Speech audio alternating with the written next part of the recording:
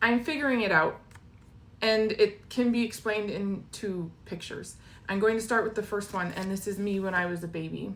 Somewhere, this little girl grew up believing that she was not worthy of love. I don't have to get into the details. She grew up not feeling safe. And so she started making decisions, creating coping strategies and ways to survive because that's where she was. And now I can look back at my life and I can look at all the mistakes that I ever made, all the harm I've ever done, and I can be mad at myself and see myself as someone who is entirely unworthy. Or I can look at her and ask, is this little girl unworthy?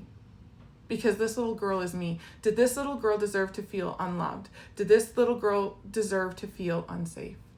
She didn't.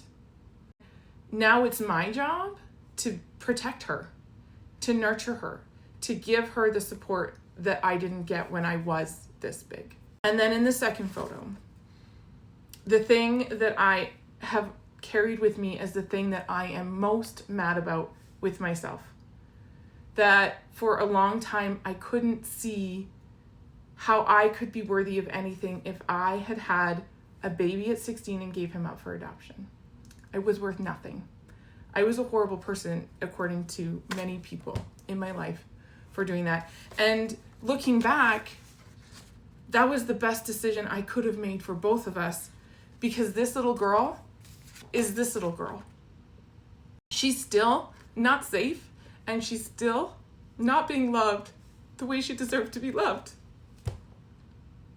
I know they tell you not to share things on here that are still kind of a pokey hole. But if we're going to have conversations about self-love, I think we really need to be clear on what we deserved when we were this big and the things that we carry with us that we're mad about. And we need to put those things together and say, both of these girls deserve my love and affection. Both of these girls deserve compassion, which means so does this version of me.